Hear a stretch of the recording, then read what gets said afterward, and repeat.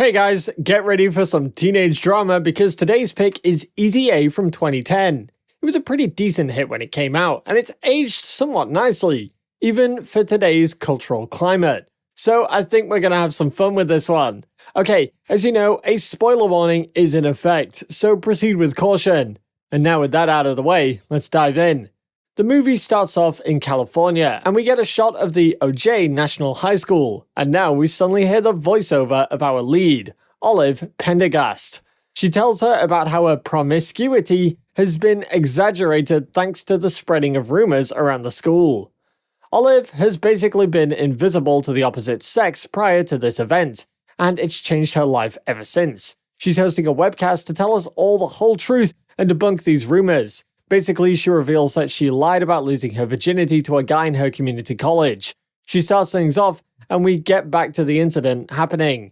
We meet her best friend, Rhiannon, who wants Olive to go camping with her family, but she avoids it by lying about having a date later on. This is because Olive doesn't want to chill with Rhiannon's parents, as they are pretty weird. In reality, she just spends the weekend with her pet dog singing songs. Later, she meets Rhiannon, who for some strange reason thinks that she had sex with her imaginary boyfriend and lost her virginity to him. Olive tries to convince her otherwise, but eventually agrees and lies to her about the incident. Unfortunately for her, the school's prude and Marianne Bryant listens in on them and judges the girls because she blindly believes in her mistaken mission of self-righteousness. As a result of this, she spreads the word around the school and the lies travel around really fast. Olive doesn't like the attention that's being directed towards her, so she tries to convince Marianne that it wasn't true, and she doesn't believe it. However, Olive gets some attention from the boys, and she finds it interesting. Still, just to be safe, she establishes her alibis with her parents and her adopted brother, who all agree to vouch for her by being at home during the weekend. The next day, during literature class, Mr. Griffin discusses the Scarlet Letter. It's a book that Olive really likes, and she gives us a summarized version of the story. But then, Marianne's friend and follower, Nina, starts to judge and insult Olive for her alleged actions, and the girls get into an argument. Olive wins the conversation by using profane language, but also gets sent to Principal Gibbons' office. She tries to be polite with him, but all he cares about is making fun of liberal schools, and punishes her with a detention. Nina doesn't have to face anything even though she was the one who started it. Later, Rhiannon catches up with Olive and she says that she also punched Nina. Despite this being fake news, the word spreads really fast. In the middle of all this drama, Olive shares what's happening with her parents and they enjoy a light moment together. They're all supportive of her and agree with what she called Nina. Olive meets Brandon over detention. He is a closeted homosexual and they both bond over being treated like outcasts. She tells him that her new identity was just a rumor gone wrong, and she calls her out for it. Olive doesn't care about that, and both of them decide that it's actually better to just blend into their environment and wait until school is over so they can finally be who they really are. The next day, Brandon visits her at her place, and they suggest that they should date. She's not up for it, but Brandon says that he needs to put up an act so that he doesn't get bullied anymore. Eventually, Olive agrees to make everyone believe they had sex. They go to a party and straight away head on over to a room where they lock the door and hide the view so that nobody can see what's going on. The both of them put on a hilarious show, and now everyone thinks they had sex. Brandon is congratulated by his peers, but Olive is simply judged, and she's unable to flirt with her childhood crush, Todd, because of it. Her lying had actually started with him back when they were kids, as she agreed to say that he kissed her when they both got sent to 7 minutes of heaven. Later in the night, Olive gets a call from Rhiannon, who is upset that her best friend is now sleeping with gay men. They get into a fight over what happened with Brandon, and Olive abruptly hangs up the phone. She's had enough of the judgment and changes up her style after some motivation from her dad. She shows up at the school in provocative clothing and openly breaks up her friendship with Rhiannon. She has all the boys drooling over her at the canteen, but is interrupted by Mr. Griffin, who is concerned about this new image she's trying to maintain. Marianne wants to teach her a lesson, and she discusses these plans with her little cult that includes her 21-year-old boyfriend, Micah. Brandon's friend Evan learns about the truth and begs Olive to do the same thing for him, but she doesn't want to. Then he offers to pay her and guilt trips her into agreeing to it in exchange for a $100 gift card. The rumor spreads even faster, and now Olive's got a whole new roster of clients paying her to lie about stuff she's done with them. One day she's called in to meet Mr. Griffith, who has also heard the rumors, but doesn't believe them. He shows concern for her, and they have a good laugh about Nina and her ways. When Olive is leaving, she bumps into Mr. Griffith, who is the school's guidance counselor. Her husband is a bit too affectionate towards her, but she avoids him. He asks her to talk to Olive, and she agrees to it.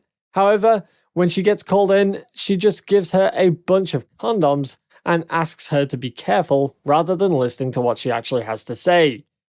On her way out, Olive notices that Marianne is upset because Micah's parents are going through a divorce. She consoles her, and strangely, Marianne wants her to become besties. The friendship doesn't last long because we learn that Micah is diagnosed with chlamydia, which is against his girlfriend's beliefs. He freaks out as his mum starts to hit him, so he lies and says he got it from Olive.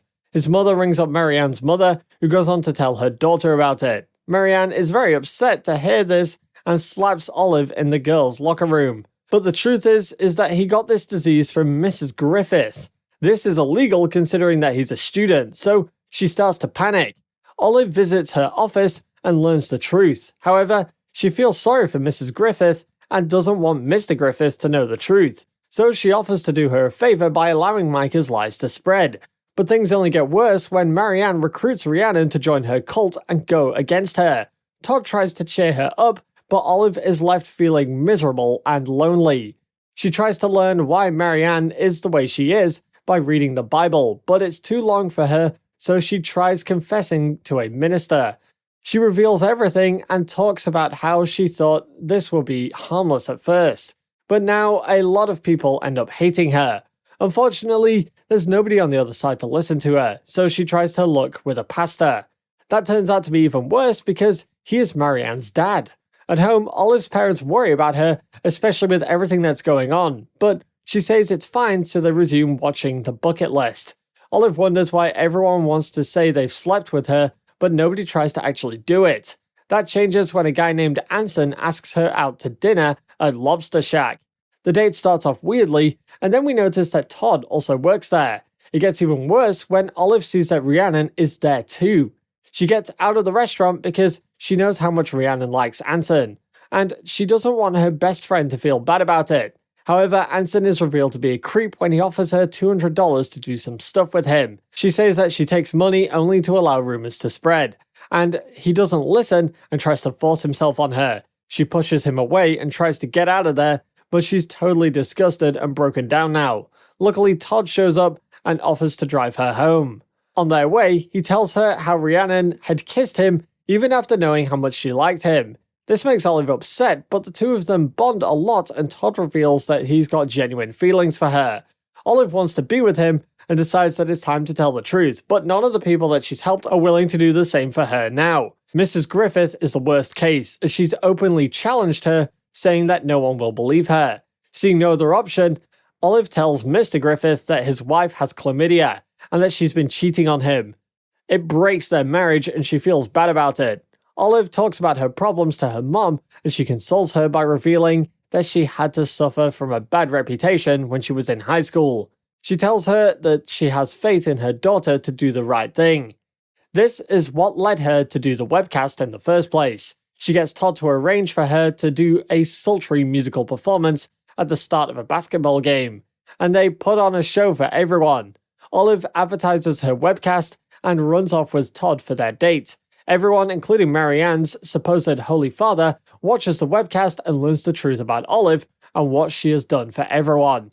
Later, Todd shows up at her front lawn with a romantic gesture that she had always dreamed of, and she runs down to be with him. The movie ends with the lovebirds kissing and riding off in Todd's neighbor's lawnmower. There you go, guys. That was Easy A recapped by yours truly. It was a strong and thought-provoking idea on how people care more about bragging than actually doing things. Anyway, this is the film that made me a fan of Emma Stone, and I really hope that you liked it. Let me know if you got any more ideas for other recaps, and I'll check them out. Like, share, and subscribe if you're new here and want to stay tuned for future recaps. Alright, I'll see you later.